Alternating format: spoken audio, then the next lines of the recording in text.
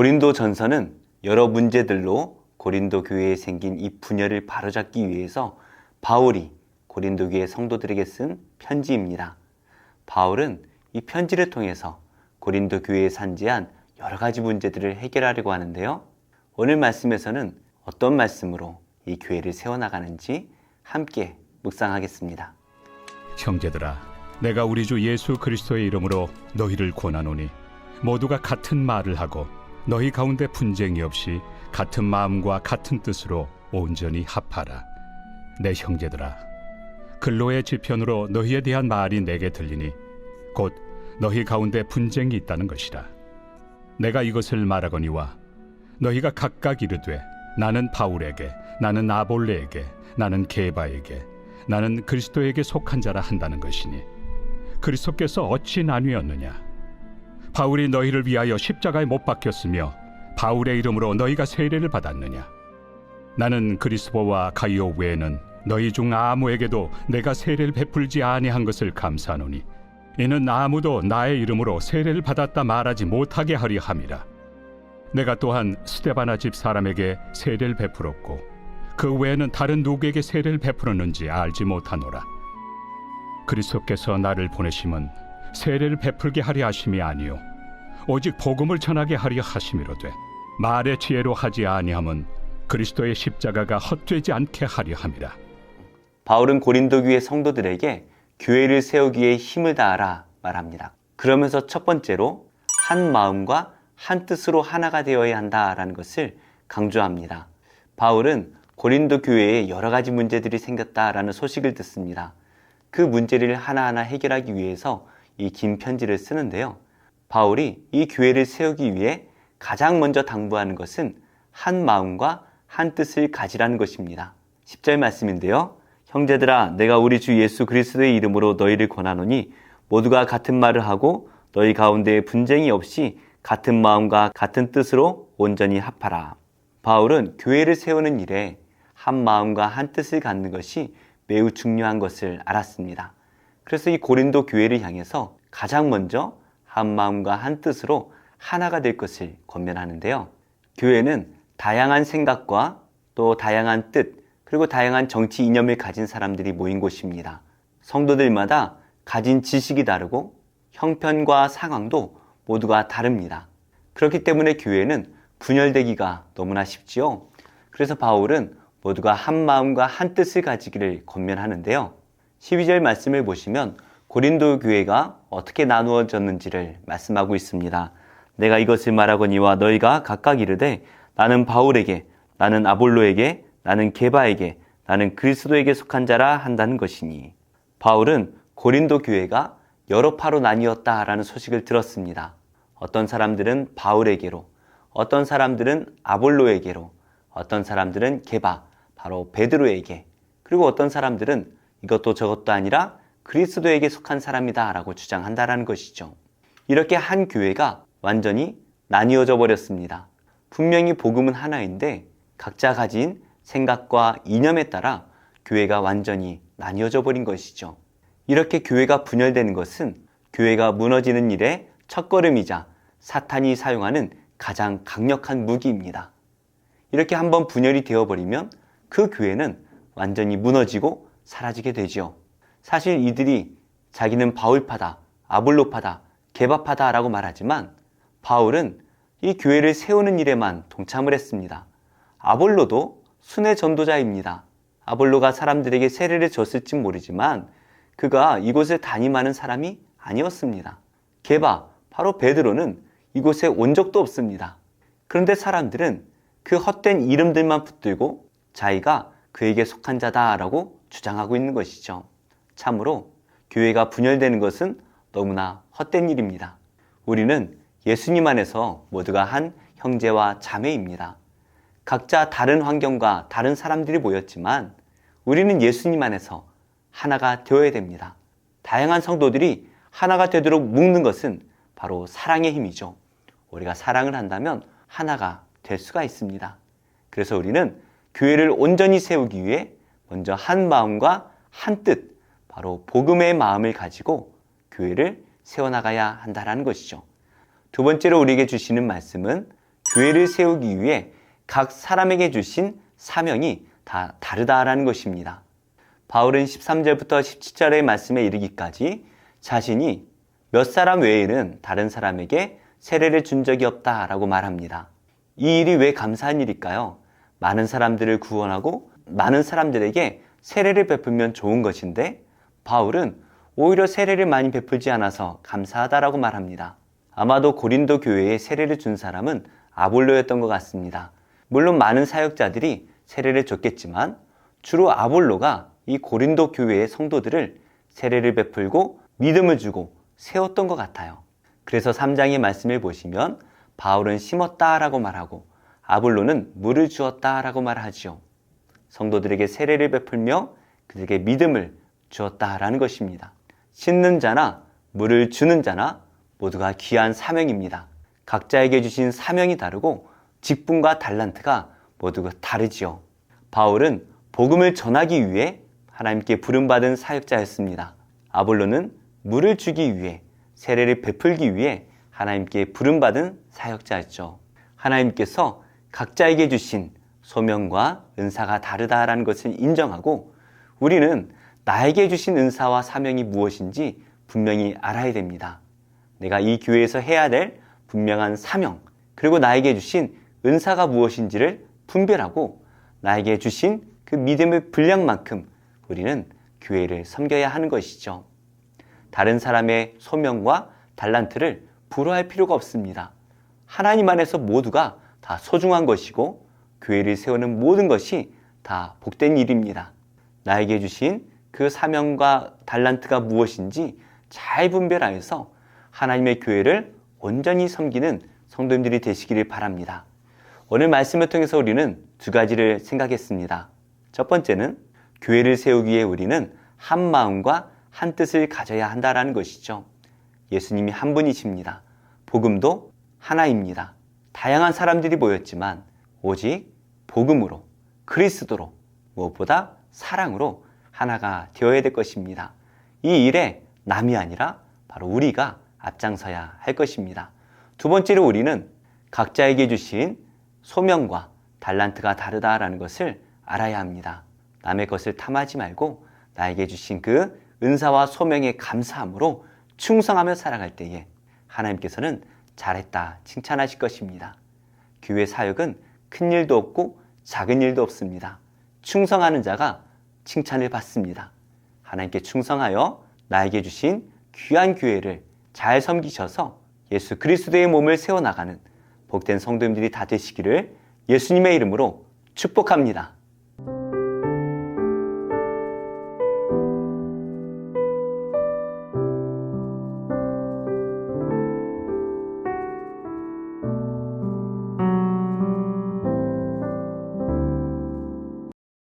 제 9장. 애굽 땅에서 나온 다음의 첫째 달에 여호와께서 시내 광야에서 모세에게 말씀하여 이르시되 이스라엘 자손에게 유월절을 그 정한 기일에 지키게 하라. 그 정한 기일 곧 이달 14째 날 해질 때 너희는 그것을 지키되 그 모든 율례와 그 모든 규례대로 지킬지니라. 모세가 이스라엘 자손에게 명령하여 유월절을 지키라 하매 그들이 첫째 달 14째 날 해질 때에 시내 광야에서 유월절을 지켰으되 이스라엘 자손이 여호와께서 모세에게 명령하신 것을 다 따라 행하였더라.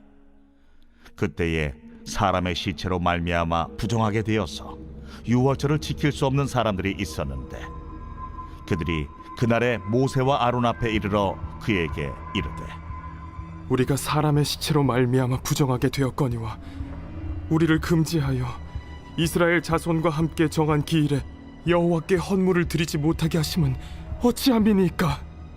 모세가 그들에게 이르되 기다리라. 여호와께서 너희에게 대하여 어떻게 명령하시는지 내가 들으리라.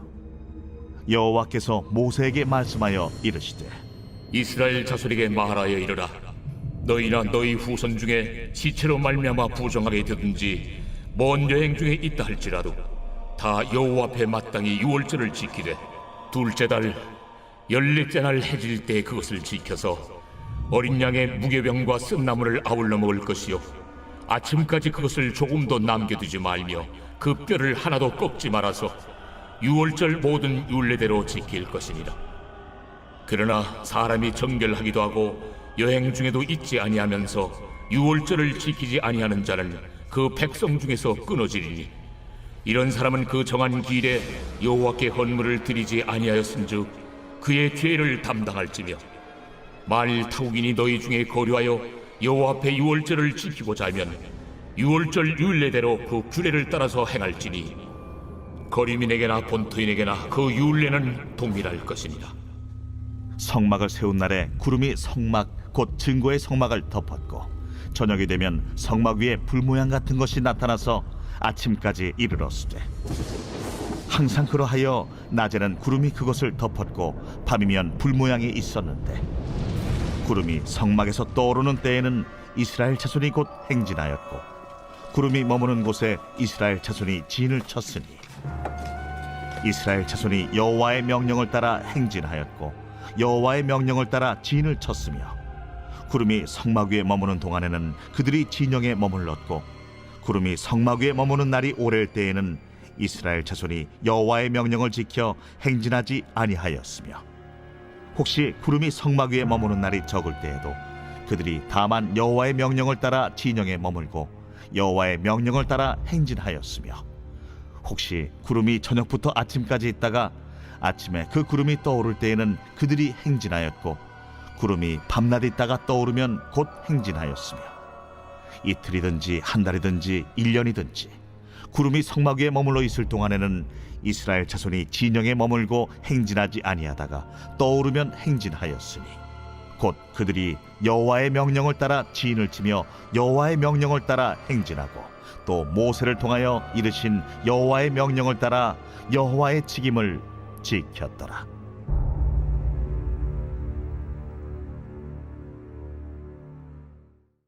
제45편 고라자손의 마스길 사랑의 노래 인도자를 따라 소산님에 맞춘 것.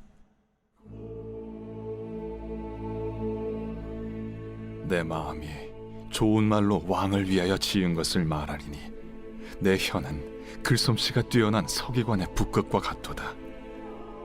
왕은 사람들보다 아름다워 은혜를 입술에 머금으니 그러므로 하나님이 왕에게 영원히 복을 주시도다. 용사여 칼을 허리에 차고 왕의 영화와 위엄을 입으소서. 왕은 진리와 온유와 공의를 위하여 왕의 위엄을 세우시고 병거에 오르소서. 왕의 오른손이 왕에게 놀라운 일을 가르치리이다. 왕의 화살은 날카로워 왕의 원수의 염통을 뚫으니 만민이 왕의 앞에 엎드러지는도다. 하나님이여 주의 보좌는 영원하며 주의 나라의 규는 공평한 규이니이다. 왕은 정의를 사랑하고 악을 미워하시니 그러므로 하나님 곧 왕의 하나님이 즐거움의 기름을 왕에게 부어 왕의 동료보다 뛰어나게 하셨나이다. 왕의 모든 옷은 모략과 침향과 육개의 향기가 있으며 상하궁에서 나오는 현악은 왕을 즐겁게 하도다. 왕이 가까이 하는 여인들 중에는 왕들의 딸이 있으며 왕후는 오빌의 금으로 꾸미고 왕의 오른쪽에 서도다. 딸이여 듣고 보고 귀를 기울일지어다. 내 백성과 내 아버지의 집을 잊어버릴지어다. 그리하면 왕이 내 아름다움을 사모하실지라. 그는 내 주인이시니 너는 그를 경배할지어다. 두로에 따른 예물을 드리고 백성 중 부한 자도 내 얼굴 보기를 원하리로다. 왕의 딸은 궁중에서 모든 영화를 누리니 그의 옷은 금으로 수놓았도다. 수놓은 옷을 입은 그는 왕께로 인도함을 받으며 시종하는 친구 처녀들도 왕께로 이끌려 갈 것이라. 그들은 기쁨과 즐거움으로 인도함을 받고 왕궁에 들어가리로다. 왕의 아들들은 왕의 조상들을 계승할 것이라. 왕이 그들로 온 세계의 군왕을 삼으리로다. 내가 왕의 이름을 만세에 기억하게 하리니 그러므로 만민이 왕을 영원히 찬송하리로다.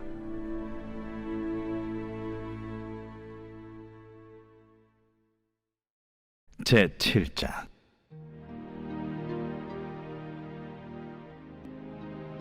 귀한 자에 따라 신을 신은 내 발이 어찌 그리 아름다운가. 내 넓적다리는 둥그러서 숭령공의 손이 만든 구슬꿰미 같구나. 배꼽은 섞은 포도주를 가득히 부은 둥근 잔 같고 허리는 백합화로 두른 밀단 같구나. 두 유방은 암사슴의 쌍태 새끼 같고 목은 상아망대 같구나. 눈은 헤스본 바드라빛 문 곁에 있는 연못 같고 코는 다메색을 향한 레바논 망대 같구나. 머리는 갈멜산 같고 드리운 머리털은 자줏빛이 있으니 왕이 그 머리카락에 매이었구나. 사랑아, 내가 어찌 그리 아름다운지, 어찌 그리 화창한지 즐겁게 하는구나. 내 키는 종려나무 같고 내 유방은 그 열매송이 같구나. 내가 말하기를 종려나무에 올라가서 그 가지를 잡으리라 하였나니 내 유방은 포도송이 같고 내 콧김은 사과 냄새 같고 내 입은 좋은 포도주 같을 것이니라. 이 포도주는 내 사랑하는 자를 위하여 미끄럽게 흘러내려서 자는 자의 입을 움직이게 하느니라. 나는 내 사랑하는 자에게 속하였도다. 그가 나를 사모하는구나. 내 사랑하는 자야, 우리가 함께 들러 가서 동네에서 유숙하자. 우리가 일찍이 일어나서 포도원으로 가서 포도움이 돋았는지 꽃술이 퍼졌는지 석류꽃이 피었는지 보자. 거기에서 내가 내 사랑을 내게 주리라. 합한 채가 향기를 뿜어내고 우리의 문 앞에는 여러 가지 귀한 열매가 새것 묵은 것으로 마련되었구나. 내가 내 사랑하는 자 너를 위하여 쌓아둔 것이로다. 제7장. 이 멜기세덱은 살렘 왕이요 지극히 높으신 하나님의 제사장이라. 여러 왕을 쳐서 죽이고 돌아오는 아브라함을 만나 복을 빈 자라. 아브라함이 모든 것의 10분의 1을 그에게 나누어 주니라. 그 이름을 해석하면 먼저는 의의 왕이요 그 다음은 살렘 왕이니 곧 평강의 왕이요 아버지도 없고 어머니도 없고 족보도 없고 시작한 날도 없고 생명의 끝도 없어 하나님의 아들과 닮아서 항상 제사장으로 있느니라. 이 사람이 얼마나 높은가를 생각해보라. 조상 아브라함도 노량물 중 10분의 1을 그에게 주었느니라. 레위의 아들들 가운데 제사장의 직분을 받은 자들은 율법을 따라 아브라함의 허리에서 난 자라도 자기 형제인 백성에게서 10분의 1을 취하라는 명령을 받았으나 레위 족보에 들지 아니한 멜기세덱은 아브라함에게서 10분의 1을 취하고 약속을 받은 그를 위하여 복을 빌었나니 논란의 여지 없이 낮은 자가 높은 자에게서 축복을 받느니라. 또 여기는 죽을 자들이 10분의 1을 받으나 저기는 산다고 증거를 얻은 자가 받았느니라. 또한 10분의 1을 받는 레위도 아브라함으로 말미암아 10분의 1을 바쳤다고 할 수 있나니 이는 멜기세덱이 아브라함을 만날 때 레위는 이미 자기 조상의 허리에 있었음이라. 레위 계통의 제사 직분으로 말미암아 온전함을 얻을 수 있었으며 백성이 그 아래에서 율법을 받았으니 어찌하여 아론의 반차를 따르지 않고 멜기세덱의 반차를 따르는 다른 한 제사장을 세울 필요가 있느냐. 제사 직분이 바꾸어졌은즉 율법도 반드시 바꾸어지리니 이것은 한 사람도 제단 일을 받들지 않는 다른 지파에 속한 자를 가리켜 말한 것이라. 우리 주께서는 유다로부터 나신 것이 분명하도다. 이 지파에는 모세가 제사장들에 관하여 말한 것이 하나도 없고 멜기세덱과 같은 별다른 한 제사장이 일어난 것을 보니 더욱 분명하도다. 그는 육신에 속한 한 계명의 법을 따르지 아니하고 오직 불멸의 생명의 능력을 따라 되었으니 증언하기를 내가 영원히 멜기세덱의 반차를 따르는 제사장이라 하였도다. 전에 있던 계명은 연약하고 무익함으로 패하고 율법은 아무것도 온전하게 못할지라. 이에 더 좋은 소망이 생기니 이것으로 우리가 하나님께 가까이 가느니라. 또 예수께서 제사장이 되신 것은 맹세 없이 된 것이 아니니 그들은 맹세 없이 제사장이 되었으되 오직 예수는 자기에게 말씀하신 이로 말미암아 맹세로 되신 것이라. 주께서 맹세하시고 뉘우치지 아니하시리니 내가 영원히 제사장이라 하셨도다. 이와 같이 예수는 더 좋은 언약의 보증이 되셨느니라. 제사장 된 그들의 수요가 많은 것은 죽음으로 말미암아 항상 잊지 못함이로되 예수는 영원히 계심으로 그 제사장 직분도 갈리지 아니하느니라. 그러므로 자기를 힘입어 하나님께 나아가는 자들을 온전히 구원하실 수 있으니 이는 그가 항상 살아계셔서 그들을 위하여 간구하심이라.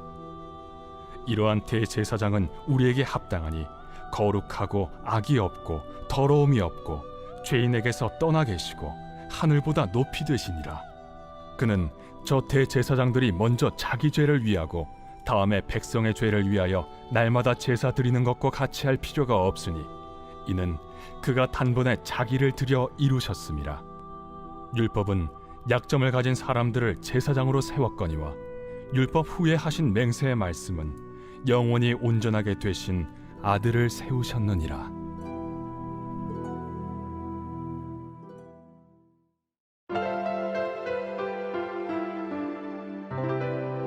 좋은 교회, 좋은 TV